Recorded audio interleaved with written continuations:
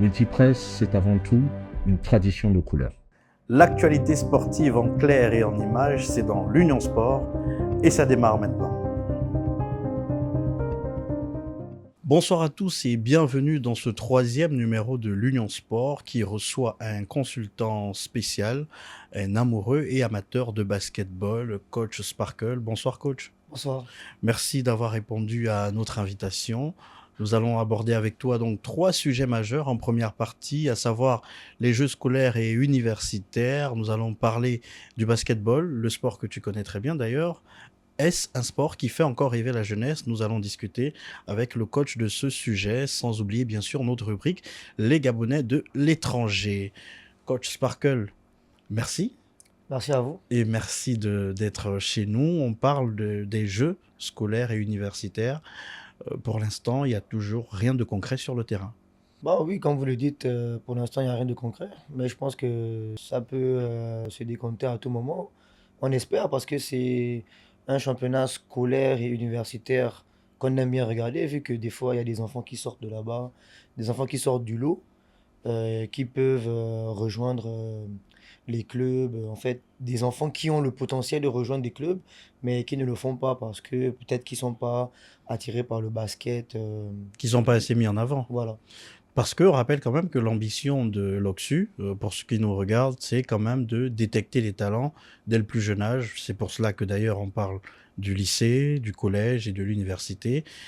À une certaine époque, c'était quelque chose qui était chaque année organisé à peu près dans tous les grands lycées, toutes les grandes universités. Oui, oui, et je pense que c'était même là où sortaient les plus grands talents gabonais qu'on ait eu Dans à plusieurs voir, disciplines, oui. comme Fabrice Nollet, comme Monsieur Assoumoukin, comme beaucoup d'autres joueurs, parce que c'était des gars qui jouaient à Capo, Ange ABC, Ndela, etc. Quoi. Donc oui, ça, ils sortent tous de l'Oxu, et on aimerait bien que ce niveau de l'Oxu revienne au Gabon. Parce que, rappelons-le quand même, il y a quelques années en arrière, les 2, 3 dernières années quand même, on a essayé à nouveau de relancer l'OXU, mais ça n'a pas forcément bien marché. Ouais, je pense que oui, ça a été relancé. Je pense que c'était avec Madame Géraldine Robert, Exactement. Elle euh, également ancienne grande basketteuse. ancienne grande basketteuse internationale gabonaise qui a joué en France, MVP, tout. Oui, ça a été relancé par elle. Mais je pense qu'elle avait fait une belle année, mais après, on ne sait pas ce qui s'est passé. Donc ça s'est bloqué juste après elle. Et là, on espère que avec le nouveau ministre qui vient d'être élu, on espère Qui, que ça. rappelons-le également, est un ancien international gabonais, Oui, donc qui connaît l'importance de l'OXU au Gabon. exactement. On pense que, on espère que ça revienne. On espère que ça revienne. Transition toute trouvée, on parle du basket, il y a une balle de basket juste derrière Ouais, toi, pour te rappeler qu'on parle de tous les sports ici à ouais. l'Union Sport. Est-ce que selon toi le basketball, au Gabon, je parle du Gabon, est-ce que c'est un sport qui fait encore rêver? Bon, quand on parle de rêve, c'est d'abord c'est individuel le rêve. Hmm. Mais après, je pense que ça ne fait plus trop rêver comme avant. Et Parce que pourquoi?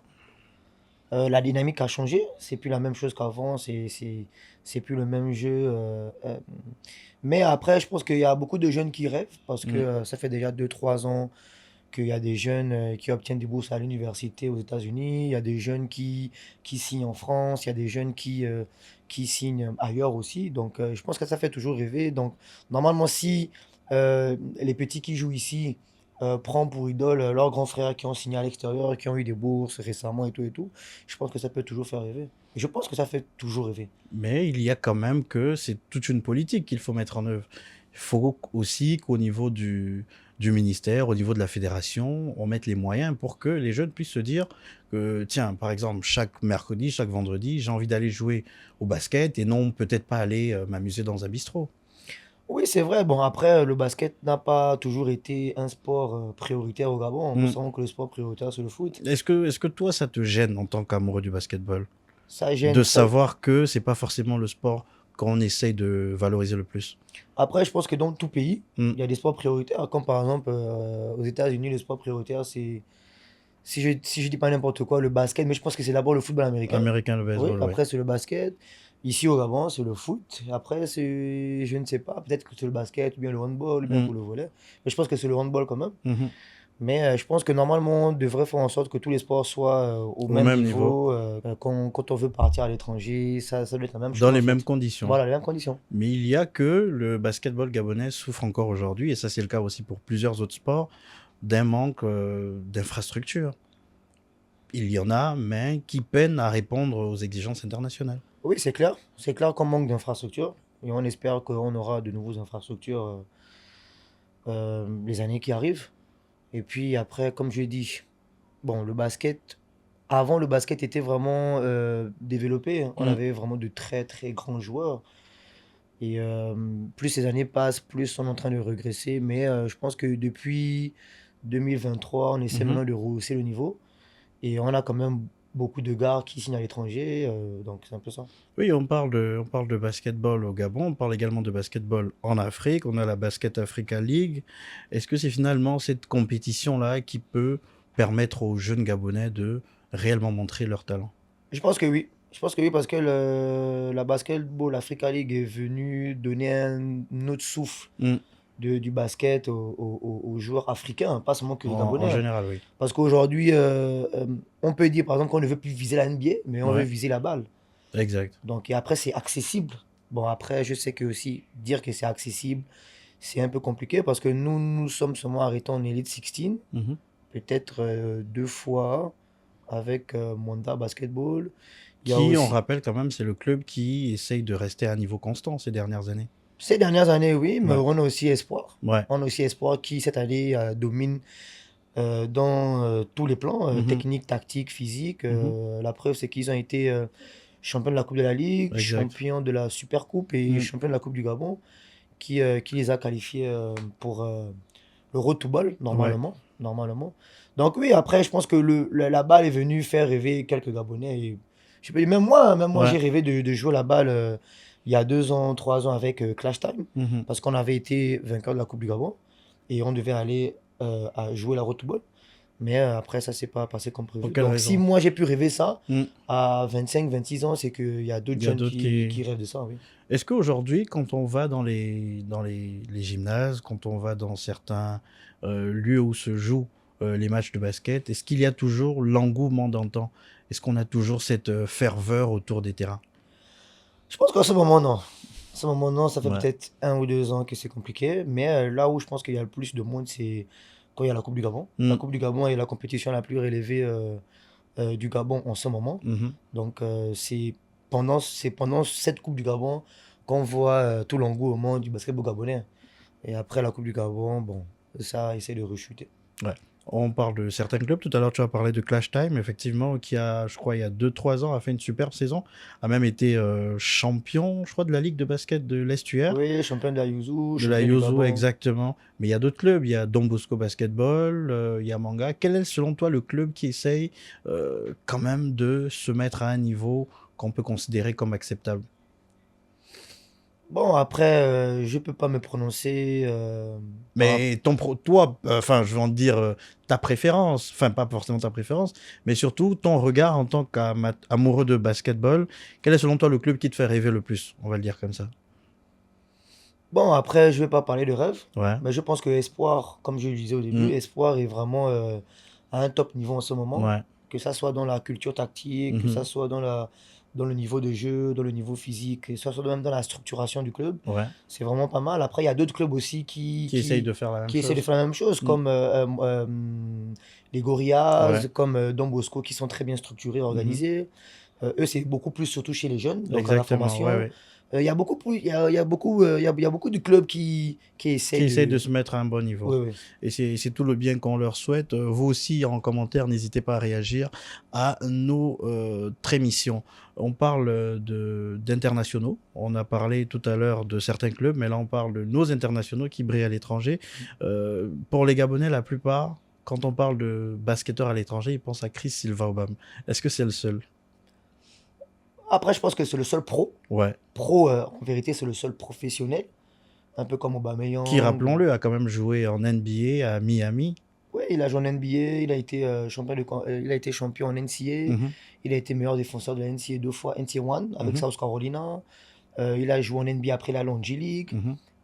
Et après, là, il est allé en Grèce, je pense.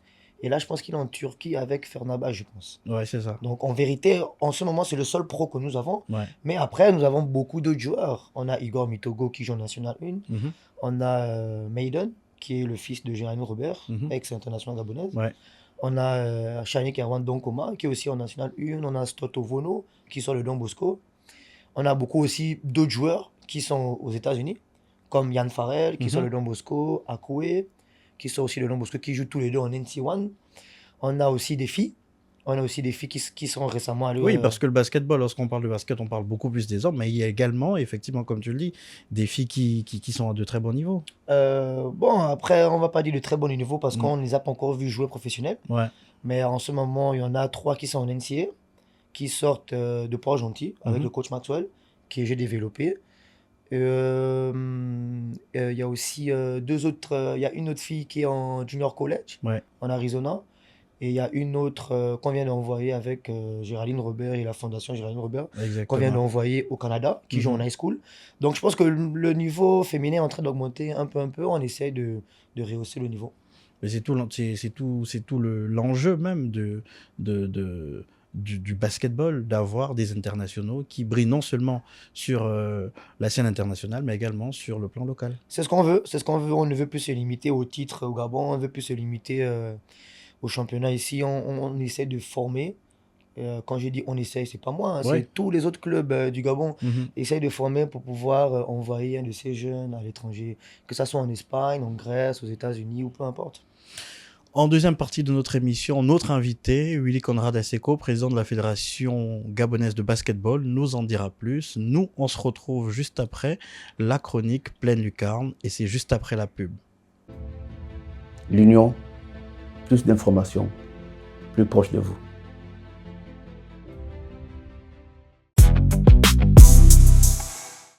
Bonjour la famille, aujourd'hui je vous emmène à la découverte de notre double champion d'Afrique, Ernest Mba. Ernest Mba est un international gabonais de sport de combat. Tenez-vous bien, il est très talentueux et polyvalent. Il est double champion d'Afrique de Muay Thai et de kickboxing. Ernest Mba, c'est le championnat national, il est champion de la garde républicaine, il est vice-champion d'Afrique de Wako Pro. Depuis 2 ans, il conserve ses ceintures en Muay Thai et en kickboxing. Imaginez le nombre de combats réalisés par an. Ernest Mba fait partie des talents gabonais qui ne lâchent pas. Il travaille au quotidien. Si vous parcourez Libreville, normalement vous êtes tombé sur lui un jour. Il court chaque matin, il travaille beaucoup, il représente valablement le vert jaune bleu à travers l'Afrique. Il a essayé de se lancer en carrière MMA, ce qui n'a pas marché comme prévu, mais avec son abnégation, il pense y arriver prochainement. Petit bémol, lors de ses sorties internationales, Ernest Mba doit quasiment se débrouiller tout seul et avec ses quelques soutiens. Voilà un talent qui représente valablement le Gabon à l'international alors qu'il est peu médiatisé au pays, peu connu. D'ailleurs, après avoir conservé son dernier titre de kickboxing en Côte d'Ivoire en 2025, il est rentré au pays incognito, pas du tout reçu par les autorités sportives du pays. Ernest Mba est un talent à suivre. Rendez-vous pour le prochain numéro sur Pleine Lucarne. Il est des sujets de sport qui méritent des explications claires, et ces explications nous seront données aujourd'hui par le président de la Fédération gabonaise de basketball qui sourit juste à côté de moi. Président Willy Conrad Asseco, bonsoir. Bonsoir Hans. Merci d'avoir accepté notre invitation. Merci pour l'invitation, merci pour l'intérêt. Merci d'être toujours connecté avec nous, et merci au coach Sparkle d'être toujours avec nous. On Merci rappelle que beaucoup. vous étiez déjà avec nous en première partie d'émission. Ouais. Président, il y a quelques jours seulement, le ministre des Sports donc, a décidé de suspendre 2 processus électoraux à la FEGAFOOT et au CENOG. Vous, à la Fédération gabonaise de basketball, comment vous avez perçu cette décision? On a pris acte, tout simplement, de cette décision. C'est une décision du ministre des Sports. On a pris connaissance du communiqué, comme tout le monde. Et c'est une décision du ministère des Sports, qui est notre ministère de tutelle. C'est une décision qui est une décision souveraine. Et on a bien compris les arguments qui ont été donnés de son côté. Est-ce que vous les comprenez, ces arguments? On n'a pas à les comprendre ou pas. On n'a pas à les comprendre. S'il fallait qu'on le comprenne, on nous aurait peut-être demandé notre avis avant. On a pris acte de la décision. Ensuite,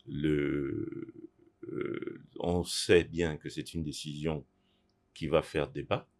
La preuve, lors du communiqué, le ministre lui-même a sollicité l'appui aussi bien de la FIFA Et que de la que, CAF que de la CAF, mais également du Comité international olympique, olympique. le CIO. Oui. Parce que je tiens à rappeler que ce soit la FEGAFOOT qui est soumise au statut FIFA, et le comité au statut FIFA et CAF, et le Comité national olympique du Gabon est soumis au statut à la charte olympique.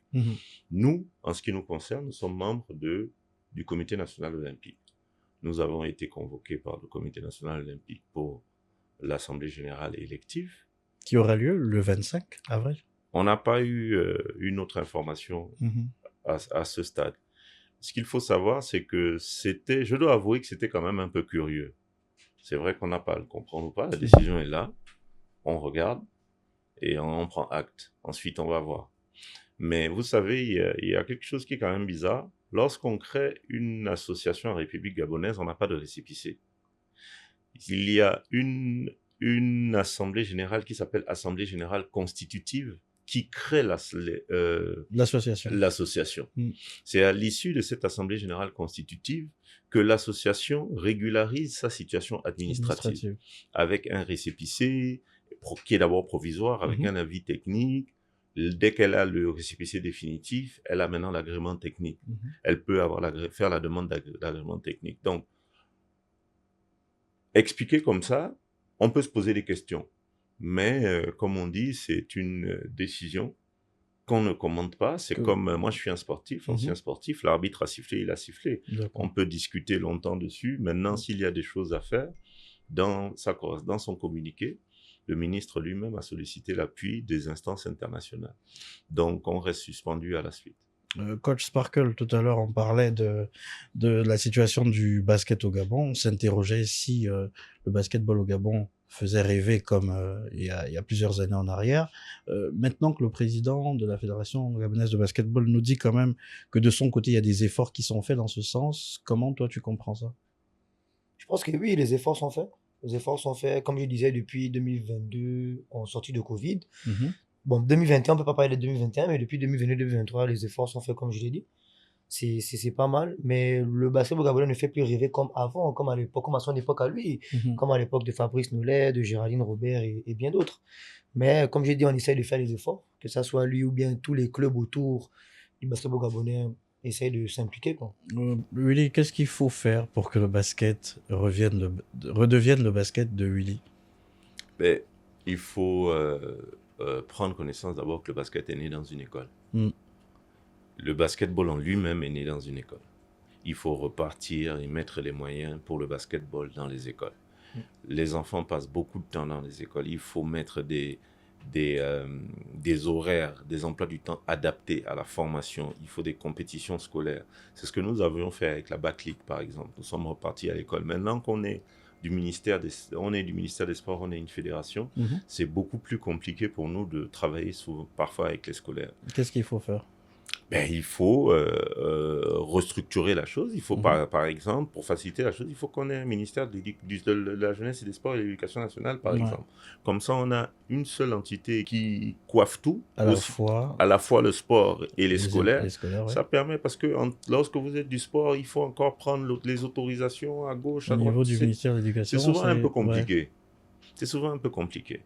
Moi, je pense que si on arrive... Moi, je vois des enfants qui ont cours jusqu'à 15h, ils ont entraînement à 16h, etc. Le temps de partir. Le temps de partir, alors qu'avant, moi, au lycée d'application, par exemple, on terminait les cours à 13h30, on passait midi au lycée, on avait peut-être entraînement sur place. On avait ça 2 fois dans la semaine au lycée et en club 3 fois dans la semaine, ce qui fait que toute la semaine, on s'entraînait. Et après, il y avait différents tournois. Moi, je pense qu'il faut repartir vers l'école. La question des plateaux techniques, quand même, Sparkle, pose problème. Il y a certains établissements qui n'ont malheureusement pas les mêmes plateaux que les autres. Ça aussi, c'est peut-être un problème qu'il faut qu'on arrive à régler. Oui, je pense que c'est clair. C'est clair, on a beaucoup de lycées, de collèges qui ont de la place pour des plateaux. Pas pour qu'un seul. On peut même faire des fois 3 plateaux, 2 plateaux, pour que tout le monde puisse s'entraîner, que ce soit les 11, 12, 13, 14, 15 ans. Et comme le président disait, faut qu'on reparte dans les écoles. Parce qu'on peut pas... En fait, il faut comprendre que à l'étranger, par exemple aux États-Unis ou bien en France, les enfants s'entraînent depuis le bas âge. Si on peut par exemple avoir un club là-bas, ou bien une école de basket là-bas, Ouais. qui commence avec les jeunes de 5, 6, 7, 8 ans, Ouais. nous serons gagnants. On Et est puis, c'est sûr comme- que oui, dans les on- prochaines on est années, on sûr. aura de... On est sûr que dans 3, 4, 5 ans, Mhm. on peut avoir de bons enfants. Est-ce que le président Willy travaille dans ce sens depuis Mais- qu'il a été... Mais absolument. Si vous constatez, qu'est-ce qu'on a fait? Je prends le cas de... Je vais prendre 2 années. Les 2 années, je ne vais pas aller très très loin. L'année dernière, on a réhabilité le plateau sportif du lycée Paul Njenjengonju. Au lycée d'État, oui. Au lycée d'État, on a également fait un don d'équipement sportif là-bas. On les a accompagnés pour la création d'un club scolaire. Aujourd'hui, c'est ce plateau sportif qui accompagne une compétition Eh bien, EBL, pour ne pas la citer, qui abrite la compétition EBL. Cette année, du côté de Port-Gentil, on a signé un partenariat avec Perenco Mhm. pour un projet qui allie pour la réalisation d'un projet qui allie à la fois organisation de compétitions sportives Et réhabilitation, et réhabilitation de plateaux sportifs. d'infrastructures sportives scolaires. Mhm. Donc là, les travaux des lycées Amboro et Avaro et collège Raponda Walker vont débuter. Mhm. Et en plus, il y aura des programmes. Donc ce qui fait qu'on travaille dans ce sens-là. Pour moi, on doit pouvoir respecter le triangle école, maison, loisir. Si on arrive à avoir le loisir de l'enfant au sein de l'établissement, ça facilite un certain nombre de choses. C'est mon point de vue. Ce n'est pas forcément une vérité absolue. Comme j'aime à le dire, je ne suis ni la Bible ni le Coran. Exactement. Mais je pense qu'il serait bien... le basketball est né dans une école. Il faut que le basketball reste dans une école auprès des enfants. Là-bas, il y a les encadreurs, les enseignants, que nous, en tant que partenaires techniques, donc fédération, nous pouvons former et donner des rudiments liés au basketball de façon spécifique. Et ils vont s'occuper des enfants. Voilà. À l'exemple de Coach Sparkle, que beaucoup de jeunes regardent sur Internet parce qu'il fait un travail remarquable, il arrive à accompagner beaucoup de jeunes. Est-ce que c'est justement quelque chose qui, pour vous donne la motivation supplémentaire pour travailler dans ce sens? Et absolument. Il a d'abord été joueur. Les gens ne le savent pas souvent, mais je le dis, il est là, il va le confirmer. J'étais président d'une association qui s'appelle Basketball Academy Club, qui existe toujours. On a organisé le Back Tour 2013. C'est la première fois que je le vois jouer. Ah ouais? Oui. Oh, Et comment ça s'explique Voilà, coach? je le vois jouer en 2013. On faisait le tour. Il jouait très agressif sur le terrain, un peu sanguin, comme on le connaît. Voilà. Donc tout ça, on regarde. Et après, j'ai vu son évolution. Il partait toujours chez différents coachs. Et je me souviens d'une discussion. Il allait de club en club. Je me souviens d'une discussion avec un ami qui disait « Ah, mais le petit Ahmad, là, il n'est pas très stable. » Je dis « Non, il est en train d'apprendre. Ce petit-là, c'est un futur coach. Il est en train d'apprendre. » Parce que c'était un meneur de jeu. Il était habitué à organiser. Donc, du coup, tantôt, il était chez Koum. Après, il était chez Michael. Après, il est parti à gauche. Moi, je disais à tout le monde, lui, il va finir entraîneur. Il va finir entraîneur. Et du coup, c'est je ne suis pas surpris de sa trajectoire actuelle. J'espère maintenant, j'ai un seul souci avec lui, c'est qu'il continue à jouer. Parce que... Est-ce que tu continues à jouer? Il veut continuer à Non, jouer. Est-ce que le après, président espère? Après, je pense que je continue à jouer dans les big matchs et tout, mais depuis que j'ai créé mon propre club, qui est la Sparkle Academy Club, donc j'essaie maintenant, je me suis Concentré focalisé que sur le coaching et la direction, tout ça. Mais pour toi, Donc il m'avait dit ça un jour. Ouais. Il m'avait dit un jour que forcément tu vas revenir. arrêter quelque chose. vas Ce arrêter sera le quelque coaching, ça sera le jeu. Ouais. Mais il faut que tu fasses un choix. Donc, Mais toi, tu te sens plus à l'aise où? Le coaching? Dans les deux. Dans les deux, je vais pas mentir, par exemple, le fait que je coach la Coupe du Gabon et que je vois des gars qui jouent et que c'est moi qui coach, alors que je sais que je peux jouer cette Coupe du Gabon, ça m'a fait mal, mais après, je pense que tu te dis, la bon, vie, c'est un choix, tu vois. Donc, ouais. Mais coach, revenons qu'à président, le coach il est juste à côté, le président de la fédération est là. Revenons quand même sur cette question que se posent beaucoup d'amateurs de la balle orange qui est juste derrière toi. À quand un retour réel d'une véritable équipe du Gabon au basketball? Nous avons une... Quand on parle de retour, c'est surtout à un très beau niveau, à un niveau que nous avons connu il y a encore quelques années en arrière. Mais écoutez, le sport, c'est un processus qui est évolutif et c'est quelque chose qui demande des moyens. Si vous avez les moyens, je vais prendre la dernière sortie de l'équipe nationale par exemple, n'ayons pas peur des mots. Ouais. Le Gabon se retrouve dans le groupe du Sénégal, le pays de Qui est NBA un Afrique, cadre, ouais. qui est un cadre. Combien de joueurs NBA? Une dizaine. Le Gabon se retrouve face au Cameroun, Qui a de gros joueurs. qui est le patron de la zone 4 Ouais. de l'équipe nationale, n'ayons Ouais. pas peur de mots. Et on se retrouve face au Rwanda, qui est le pays de la balle depuis bientôt 10 ans. Ouais, clairement. Ils ont mis énormément d'infrastructures, de projets Ils sportifs. ont mis beaucoup de moyens là-dedans. Beaucoup de moyens là-dedans. Nous, ça va faire 4 ans qu'on n'a pas le parquet au Palais des Sports. On joue au gymnase du lycée Léon-Bas. Bon, écoute, quand on fait ça, c'est pas de l'autoflagellation ce que je dis. Je suis tout simplement factuel, il faut que les gens comprennent. Faut pas que les gens pensent que oui, parce qu'on est chauvin, parce qu'on aime le Gabon, que non. Si on n'a pas de moyens, on n'aura pas de résultat. Exactement. Si on ne met pas suffisamment les moyens, on n'aura pas de résultat. Là, je le dis sans détour. Maintenant, de l'autre côté, ce que nous avons fait de notre côté, c'est qu'en interne, nous nous sommes préparés. C'est qu'on a mis en place une organisation interne où on a pu fédérer déjà beaucoup de jeunes Gabonais de la diaspora qui ont été intéressés par notre projet. Je salue par exemple Chris Silva, qui a joué pour la première fois pour l'équipe nationale du Gabon. C'était avec un joueur de très très forte expérience. Oui, qui a joué en NBA, on le rappelle. J'ai moi-même fait plusieurs voyages. J'ai fait la connaissance d'Igor Mintogo, franco-belge, qui a accepté de venir jouer pour le Gabon, mais il y a eu un problème administratif au dernier moment qu'on a réglé entre-temps. Donc, on a tous ces jeunes-là qui arrivent de jouer. Maintenant, il faut qu'on aille beaucoup plus loin, dans le sens où il faut que la fédération gabonaise de basketball, à l'instar d'autres fédérations, arrive à avoir, par exemple, un budget de fonctionnement pour pouvoir régler des choses qui sont simples. Question simple, est-ce que vous recevez une subvention de l'État? La dernière subvention du budget de fonctionnement date de 2022. Tout comme une autre fédération que nous avons reçue il y a elle date de 2022. Ouais. En revanche, l'État joue très bien sa partition en ce qui concerne l'accompagnement des équipes nationales. C'est-à-dire que lorsqu'il y a des sorties, ils arrivent à mettre en place des mécanismes pour nous accompagner, et je tiens à remercier l'État pour cette part-là. Mais il serait important qu'en ce qui concerne le fonctionnement, qu'on arrive à avoir un minimum. Parce que le fonctionnement, ce sont des choses simples. Le fonctionnement vous permet d'avoir une connexion Internet, de payer les charges liées au siège de la Fédération gabonaise de les basketball. Arbitres, les officiels, voilà, et tout le reste. Ce genre de choses. Voilà. Donc, c'est important, et pour atteindre un niveau, il faut des moyens. Il faut des moyens, et l'équipe nationale appartient d'abord à l'État. C'est la compétition qui prépare la compétition. Il faut qu'on arrive à avoir des compétitions de très très bon niveau sur le plan national. Ouais. Sur le plan national et de façon régulière. Que nous, du côté de fédération, nous arrivons à être en contact avec notre diaspora et à fédérer les talents, parce que nous ne manquons pas de talents. Mais il faut arriver à les fédérer. Il faut arriver à les fédérer. Moi, j'ai des joueurs, je ne vais pas les citer, qui n'ont pas voulu venir parce qu'ils se disent... ils vont arriver dans un environnement... qu'ils ne maîtrisent pas forcément. Voilà. Ouais. Et après, mais en discutant avec eux, on a pu mettre en place un certain nombre de choses. Ça passe par beaucoup d'écoute. On a par exemple changé les lieux d'entraînement de l'équipe nationale. À chaque fois qu'on a un regroupement de l'équipe nationale, lorsqu'ils sont en casernement, on les emmène en coque. Pourquoi? Parce que là-bas, il y a du parquet. Ouais. Et le terrain est plus ou moins réglementaire.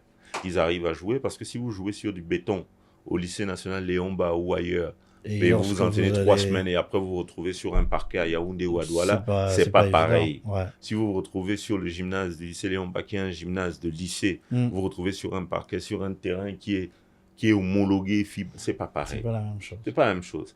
Donc, il n'y aura pas de résultat sans moyens. Il n'y aura pas les moyens. Après, vous pouvez surprendre. Ça nous est arrivé d'avoir de très très bons résultats.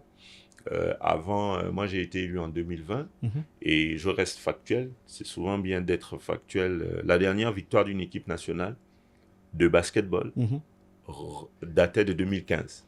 Je parle d'un match. Ouais.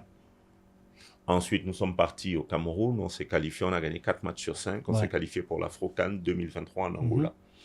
Donc, c'est pour vous dire qu'il y a des choses qui se font, mais il faut que ensemble, la grande famille du basketball arrive à travailler main dans la main. Arrive à travailler ensemble et avoir les yeux fixés vers le même objectif. Coach Sparkle, peut-être un dernier mot, on est en train de clôturer cette émission. Si tu avais un message à faire passer au président de la FEGABAB, ce serait lequel? Il passe ses messages tous les jours. C'est clair? Ouais. Il passe ses messages tous les jours. Ouais, c'est un de mes grands frères, on parle beaucoup. Ouais. Mais je pense qu'il peut faire mieux, Mhm. qu'il faut qu'il essaie de travailler avec tout le monde, qu'il essaie de regrouper toute la Tout le famille. monde, C'est ouais. dur. Mm. C'est dur au Gabon de regrouper tout le monde dans le même endroit et puis essayer de faire développer le basketball gabonais et tout ce qui va autour. Mais je pense qu'il peut le faire. Mhm. Il peut le faire comme il a fait avec la Back League, comme il a Mm. fait avec nombreux trucs, il peut le faire. Donc c'est ce que je voulais te dire, grand. Ouais. Essaye de rassembler tout le monde pour qu'on puisse être une personne et Mm. qu'on puisse Regardez sortir à vers la même l'international et direction. faire de meilleurs résultats, quoi. Mm. Ok, Willy, un merci. dernier mot? Merci beaucoup. Mm. Écoute, moi, je vous laisse tout simplement dire merci. Ouais. Et c'est vrai que c'est pas facile. Mais c'est aussi pour ça que nous sommes là. Et puis, on n'est pas, je suis pas du genre à me plaindre. Mm. Nous sommes là justement parce qu'on veut faire face à ce genre de challenge. C'est pas facile et je prends bonne note de ce conseil. Il me le dit très souvent. Et c'est ce qu'on essaie de faire.